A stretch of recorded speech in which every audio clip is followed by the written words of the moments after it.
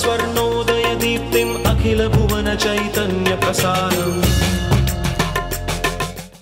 నమస్కారం, మన ధర్మం కార్యక్రమానికి స్వాగతం. ఇవాటి మన ధర్మం కార్యక్రమంలో మన ధర్మ సందేహాలను నివృత్తి చేసేందుకు మనతో పాటు ఉన్నారు ప్రముఖ ఆధ్యాత్మికవేత్త శ్రీ గడ్డమణుగు రామకృష్ణమూర్తి గారు. గురుగారు నమస్కారం. శ్రీమాత్రే నమః. గురుగారు, ఏకాదశి తిథి విష్ణు ప్రియమైనటువంటి తిథిగా పేర్కొంటారు. ఈ సంవిధానంలో ఈ రోజు సఫల ఏకాదశి. ఈ ఏకాదశి యొక్క ప్రత్యేకత ఏమిటో తెలియజేస్తారా? సఫల ఏకాదశి నాడు ఉపవసించి జాగరణ చేసి దేవాలయంలో దీపారాధన చేస్తే 500 సంవత్సరాలు తపస్సు చేసిన ఫలితం నీకు దక్కుతుంది అని పురాణ వచనం. మనకు కాలక్రమంలో ఒక్కొక్క తిథికి ఒక్కొక్క ప్రత్యేకత ఉన్నది. ఏకాదశిని ఆ శ్రీ మహావిష్ణువు యొక్క దయారూపంగా చెబుతారు. ఇలాంటి ఏకాదశులలో సఫల ఏకాదశి కొన్ని ప్రత్యేకతలను సంతరించుకొని ఉన్నది. ఈనాటి సమాజంలో తల్లిదండ్రులు ఎదుర్కొంటున్న మొదటి సమస్య పిల్లలు తమ మాట వినకపోవటం. మూర్ఖపుత్వాత్ అపుత్రత్వం వరం వేద విలో అంటాడు దేవి భాగవతంలో. కుపుత్రత్వము కంటే అపుత్రత్వము మేలు అంటాడు కాశీఖండంలో. ఎందుకని ఈ విషయాలను చెబుతున్నానంటే, సఫల ఏకాదశి నాడు తాజా ఫలాలతో విష్ణుమూర్తిని నువ్వు అర్చించగలిగితే, దీపారాధన చేస్తూ ఏకాదశి నియమాలు పాటిస్తూ ఆయనను ఆరాధన చేయగలిగితే సత్సంతానం నీకు కలుగుతుంది. మాట విననటువంటి పుత్రులు రుజుమార్గంలో ప్రయాణం చేయడం ప్రారంభిస్తారు. ఈ విషయాన్ని శ్రీకృష్ణుడు ధర్మరాజుకు తెలియజేస్తాడు. ఒక కథారూపంగా చెబుతూ, చంపావతి రాజ్యాన్ని మహిష్మంతుడనే రాజు పరిపాలిస్తుండేవాడు. ఆయనకు 4 కొడుకులు. దాంట్లో పెద్దవాడి పేరు లుంబకుడు. ఈ లుంబకుడు చిన్ననాటి నుంచే దుష్ట సహవాసాలతో సంచరిస్తూ అధర్మ ప్రవర్తనను కలిగి అందరినీ చీకాకు పరుస్తూ ఉంటాడు. ధర్మబద్ధంగా రాజ్యాన్ని పరిపాలించే మహిష్మంతుడు రాజ్య బహిష్కరణ శిక్ష విధిస్తాడు లుంబకుడికి. అడవికి వెళ్ళిన లుంబకుడు వేషం మార్చుకొని రాజ్యంలో దొంగతనాలు చేస్తూ జీవితాన్ని గడపటం ప్రారంభిస్తాడు. ఇలా దొంగతనాలు చేస్తూ పట్టుబడ్డా దేశ బహిష్కరణ శిక్ష విధించాడు కాబట్టి అతనికి కారాగార శిక్ష వేయకుండా మళ్ళీ అడవికే పంపిస్తూ ఉంటాడు. కొంతకాలానికి పశ్చాత్తాపం కలుగుతుంది. ఏం చేయాలని ఆలోచిస్తున్న సమయంలో ఈ సఫల ఏకాదశి నాడు అతనికి అది ఏకాదశి అని తెలియకపోయినా కలిగిన పశ్చాత్తాపం కారణంగా, ఏ ఆహారము దొరకని కారణంగా ఆహారాన్ని వెతుక్కునే ఆలోచనతో రాత్రంతా జాగరణ చేసి, ఆ జాగరణ చేస్తూ కనపడే వస్తువులు స్పష్టంగా గోచరించటం కోసం దీపాన్ని వెలిగిస్తూ రాత్రంతా గడిపాడు. సఫల ఏకాదశి నాడు ఈ విధంగా ఉపవసించి జాగరణ చేసి దీపారాధన చేసిన కారణాన విష్ణుమూర్తి సంప్రీతుడై ఉదయాన్నే అక్కడ ఒక తెల్లని గుర్రాన్ని ఆయనకు కానుకగా ఇచ్చి, నీలో పరివర్తన వచ్చింది, ఈ ఆలోచన విధానాన్ని ఇలాగే కొనసాగించు, ఇప్పుడు ఈ గుర్రాన్ని అధిరోహించి చంపావతి రాజ్యానికి వెళ్ళమంటూ ఆదేశిస్తాడు. అలా చంపావతి రాజ్యానికి చేరుకున్నటువంటి లుంబకుణ్ణి చూసి మహిష్మతుడు సంతోషించి ఆయనకు రాజ్యాధికారం ఇస్తాడు అని ధర్మరాజుకు కృష్ణ పరమాత్మ తెలియజేసి, ఈ అద్భుతమైన సఫల ఏకాదశి నాడు నీవు శ్రీ విష్ణుమూర్తిని అర్చించి నీ కోరికలను నెరవేర్చుకునేటువంటి విధి విధానాన్ని తెలియజేశాడు. ఈరోజు ఉపవసించి చక్కగా మంచి ఫలాలను నైవేద్యంగా పెట్టి రాత్రి జాగరణ చేసి ద్వాదశి నాడు పారణ సమయంలో ఉపవాసాన్ని ఛేదించాలి. ఈ 27వ తారీఖు పారణ 7:12 నుంచి 9:16 మధ్య ఉన్నది కనుక భోజనాన్ని ఆ సమయంలో చేయగలిగితే ఏకాదశి వ్రతాన్ని పూర్తిగా నిర్వహించిన ఫలితం మనకు దక్కుతుంది. కనుక ఏకాదశి నాడు ఉపవసించటం ఎంత ముఖ్యమో, ద్వాదశి నాడు పారణ సమయంలో భోజనం చేయటం కూడా అంతే అవసరం అన్న విషయాన్ని గమనిస్తూ ఈ ఏకాదశి వ్రతాన్ని చేసి జీవితాన్ని ధన్యం చేసుకునే ప్రయత్నం చేద్దాం. కోరిన కోరికలను నెరవేర్చుకుందాం. ఈతి బాధల నుంచి విముక్తి కలిగించే పర్వదినం సఫల ఏకాదశి అని కూడా చెబుతారు. కనుక పుత్రులలో సత్ చింతన కలగటానికి, కలుగుతున్న బాధల నుంచి బయటపడటానికి ఏకాదశి వ్రతాన్ని ఆచరించి జీవితాన్ని ధన్యం చేసుకునే ప్రయత్నం చేద్దాం. గురుగారు, మాసాలలో మార్గశిర మాసాన్ని నేను అని స్వయంగా పరమాత్మనే పేర్కొన్నాడు. అయితే మాసాలలోకెల్లా మార్గశిర మాసమే ఎందుకు పరమాత్మకి అంత ప్రీతి? బృహత్ సామ తథా సామ్నాం గాయత్రీ ఛందసామహం మాసానాం మార్గశీర్షోహం ఋతూనాం కుసుమాకరః అని భగవద్గీతలో విభూతి యోగంలో పరమాత్మ తెలియజేశారు. కాలస్వరూపమే స్వామి అయినప్పుడు కాలోస్సి లోకక్షయ ప్రవృద్ధో అని పరమాత్మ అన్నప్పుడు ప్రత్యేకంగా మార్గశీర్ష మాసాన్ని నేను అని స్వామి చెప్పటంలోని ఆంతర్యాన్ని మనం గమనించగలిగితే మన జీవితం చరితార్థమవుతుంది. మార్గము అంటే జీవన పథం, శీర్షము అంటే దానికి శిరము ప్రధాన భాగం. కాలంలో గ్రీష్మ ఋతువులో ఉన్నట్టు హేమంత ఋతువులో వాతావరణం ఉండదు.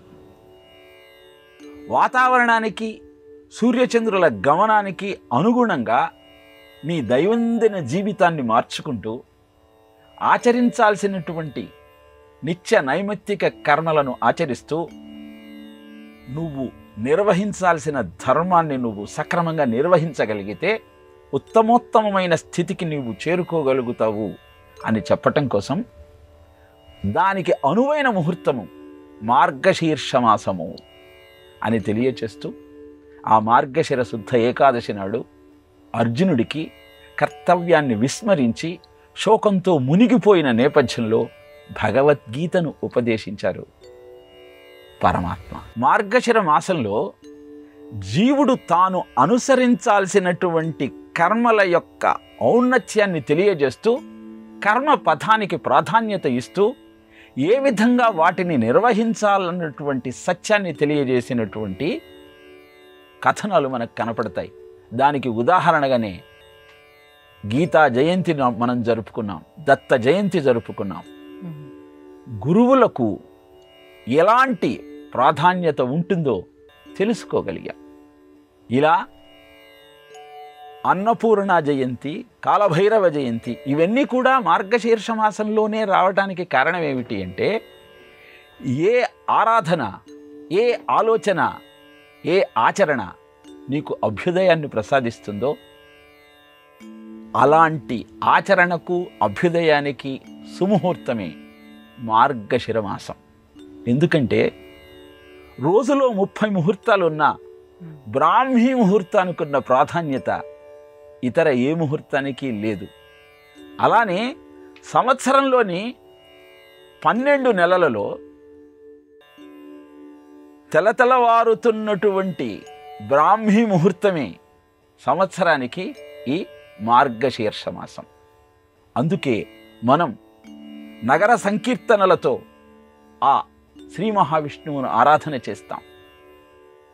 ఇప్పుడు ఈ వాతావరణంలో పుష్కలమైన ప్రాణశక్తి నీ ఆలోచనను పరిపుష్టం చేసి నీ శక్తియుక్తులను ద్విగుణీకృతం చేస్తుంది. అలా నీ సాధన క్రమాన్ని సక్రమంగా నడిపించుకోవటానికి అనువైన ముహూర్తము మార్గశిర మాసం. కనుక మాసానాం మార్గశీర్షోహం. ఈ సమయంలో నువ్వు చేసే సాధన నీకు సత్ఫలితాలను ఇచ్చి నీ జీవన రథాన్ని సరైన మార్గంలో నడిపిస్తుంది.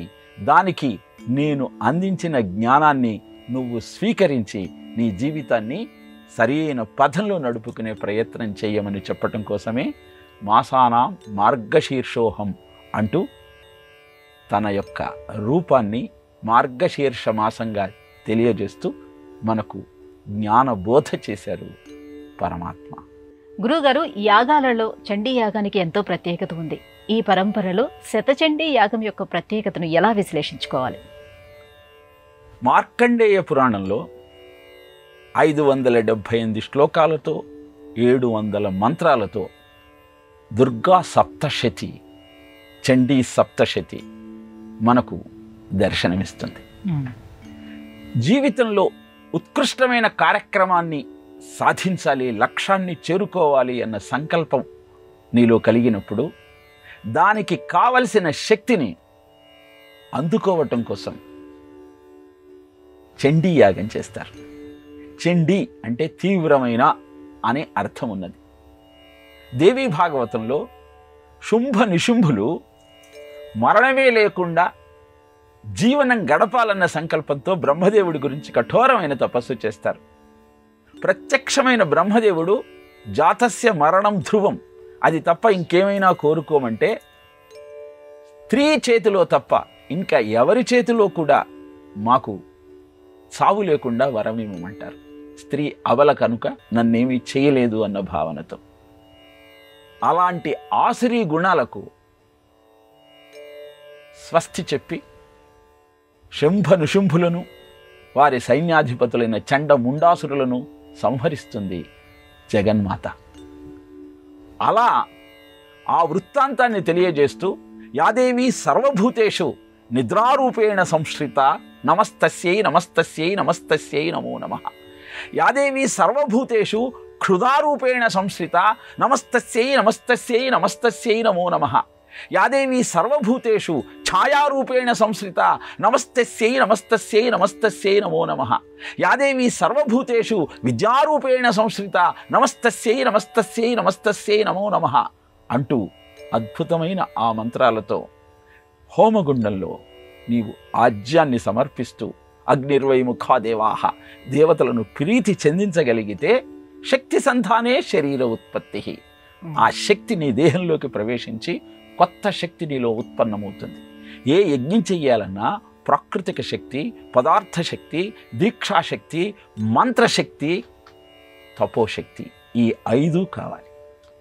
వీటిని సంతరించుకోవటానికి ఉపయుక్తమైన అద్భుతమైన వాంగ్మయమే దుర్గా సప్తశతి. ఈ 700 మంత్రాలను 100 సార్లు చేస్తే అది శతచండీ యాగం అవుతుంది. 1000 సార్లు చేస్తే సహస్ర చండీ యాగం అవుతుంది. 10,000 సార్లు చేస్తే ఆయత చండీ యాగం అవుతుంది. 1,00,000 సార్లు చేస్తే నియుత చండీ యాగం అవుతుంది. 10 లక్షల సార్లు చేస్తే ప్రయుత చండీ యాగం అవుతుంది. ఇలా నీ లక్ష్యాన్ని అనుసరించి నీ సాధనాక్రమాన్ని పరిపుష్టం చేసుకోవటం కోసం నీవు ఈ చండీ యాగాన్ని నిర్వర్తించగలిగితే నీ కోరికది ఏదైనా నెరవేరుతుంది. మనం రాజ్యాధికారం కావాలనుకున్న అనేక మంది అద్భుతమైన ఇలాంటి యాగాలు చేసి ఆ పదవులను అందుకున్న దృష్టాంతాలను చూస్తూ ఉన్నాం.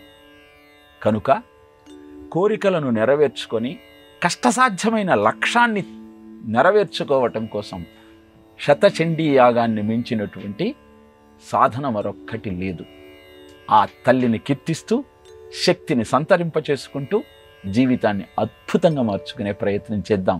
మనకు మైసూరులో చాముండేశ్వరీ దేవి దేవాలయం కనపడుతుంది. హరిద్వార్లో ఆదిశంకరులు నిర్మాణం చేసినటువంటి ప్రతిష్ఠించినటువంటి ఆ తల్లి యొక్క దేవాలయం కనపడుతుంది. ఇలా ఆ తల్లిని ఆరాధించి అద్భుతాలను ఆవిష్కరించుకున్న దృష్టాంతాలు ఎన్నో మనకు కనపడుతూ ఉన్నాయి. కనుక శతచండీ యాగంలో భాగస్వాములమై ఆ తల్లి యొక్క కృపకు పాత్రలమయ్యే ప్రయత్నం చేద్దాం. గురుగారు, న్యాయాలు అనేక రకాలుగా ఉన్నాయి. వీటిలో అన్యోన్యాశ్రయ న్యాయం అంటే ఏమిటి? అన్యోన్యాశ్రయ న్యాయాన్ని మనమంతా అర్థం చేసుకోగలిగితే అద్భుతాలు మన కళ్ళ ముందు ఆవిష్కరింపబడతాయి. కశ్యపుడు తన పుత్రులైన దానవులను దేవతలను ఇద్దరిని పిలిచి వారి ముందు పాయసాన్ని ఉంచాడు. చేతులతో ముట్టుకోకుండా ఆ పాయసాన్ని మీరు ఆరగించండి అని ఇద్దరికీ చెప్పాడు. దానవులంతా చేత్తో పట్టుకోకుండా పాత్రను ఎలా పాయసాన్ని స్వీకరిస్తాం అని దాన్ని అక్కడ వదిలేసి వెళ్ళిపోయారు. కానీ దేవతలు మాత్రం నేను చేతులతో పట్టుకొని స్వీకరించకూడదు, కానీ ఎదుటివాడికి ఇవ్వద్దని నాన్నగారు చెప్పలేదు కదా అన్న ఆలోచనతో ఆ పాయసాన్ని ఒకరు పట్టుకొని ఇంకొకరికి అందించారు. ఇలా వారంతా పాయసాన్ని ఆనందించగలిగారు. 1, 2 అంకెలు లెక్కెడితే 9 గుమ్మం దాటవు ఎప్పుడు సంఖ్యలు ఎన్నంటే, పక్కన నిలబెడుతూ కలుపుకుపోతుంటే సంఖ్యలకైనా అందవు మొత్తము అంకెలు ఎన్నంటే, నిన్ను నిన్నుగా నన్ను నన్నుగా అనుకున్నావంటే కోట్ల ఒకట్ల ఒంటరితనాన పడి ఉండాలంతే. నువ్వు నేను కలిసి మనం అని అనుకున్నామంటే ప్రపంచమంతా కలిసి మొత్తము మనిషితనం ఒకటే. ఇలా అద్భుతమైన ఐక్యతకు నిదర్శనమే అన్యోన్యాశ్రయ న్యాయం. నిర్వను వధ్యతే వ్యాఘ్రం, నిర్వ్యాఘ్రో ఛిద్యతే వనం, తస్మాత్ వ్యాఘ్రం వనం రక్షేత్, వనం వ్యాఘ్రంచ పాలయేత్ అని చెబుతాడు కృష్ణుడు ధృతరాష్ట్రుడితో. అంటే అర్థం ఏమిటంటే, పులి అడవి నుంచి బయటకు వస్తే చనిపోతుంది. అలానే పులి అడవిలో లేదని తెలిస్తే అడవి నాశనం అవుతుంది. కనుక పులిని అడవిని రెండింటినీ మనం కాపాడుకోవాలి. ఇలాంటి ఆలోచన నీలో ఉన్నప్పుడు జీవితం అద్భుతంగా సాగుతుంది. అలా కాకుండా చిన్నినా పట్టకే శ్రీరామ రక్ష అని నీ స్వార్థమే పరమార్థంగా భావించి నువ్వు జీవితం గడిపినట్టయితే జీవితం దుర్భరంగా మారుతుంది. శివశక్త్యాయుక్తూ యది భవతి శక్త ప్రభవితుం నచేదేవం దేవో నఖలు కుశల స్పందితుమపి అంటూ సౌందర్య లహరిని ప్రారంభించారు ఆదిశంకరులు. అంటే శివుడికి శక్తి సహకారం ఉన్నప్పుడే స్పందించి అందరినీ కరుణించగలుగుతాడు. పరస్పర సహకారమే జీవిత శ్రేయోపథానికి మార్గం.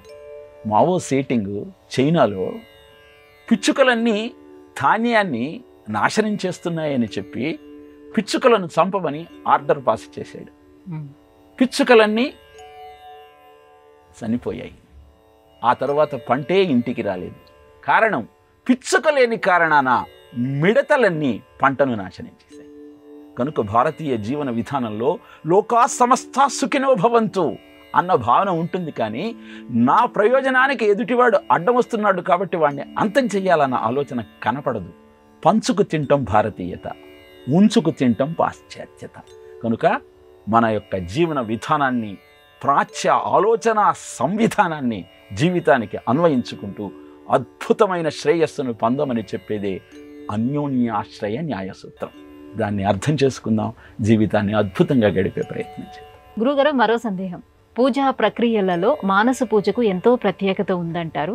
దీని యొక్క వైశిష్ట్యం ఏంటో తెలియజేస్తారా? భగవదారాధనకు చతుషష్ఠి ఉపచారాలను తెలియజేసింది ఆగమశాస్త్రం.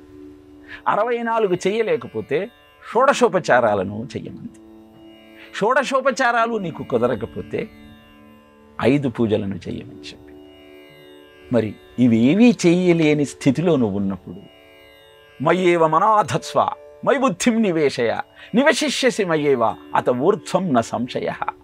మనస్సు బుద్ధి నాయందే ఉంచి నన్ను ఆరాధించే ప్రయత్నం చెయ్యి, అద్భుతమైన ఫలితాన్ని అది నీకు అందచేస్తుంది అని పరమాత్మ తెలియజేశాడు. హ్రీంకారాంకిత మంత్రలక్షితతనో హేమాచల సంచితై రత్నైరుజ్వలముత్తరీయ సహితం కోసం భవనాంశుకం ముక్తా సంతతి యజ్ఞసూత్రమమలం సౌవర్ణతంతూద్భవం దత్తం దేవి ధియా తదఖిలం సంతుష్టయే కల్పతా. ఈ శ్లోకంలో అమ్మవారికి వస్త్ర ఉపచారాన్ని, యజ్ఞోపవీతాన్ని సమర్పిస్తూ ఉన్నాం. ఎలాంటి వస్త్రాన్ని? హిమాలయాల నుంచి తీసుకువచ్చిన రత్నములతో పడకబడిన వస్త్రాన్ని నీకు సమర్పిస్తున్నానమ్మా.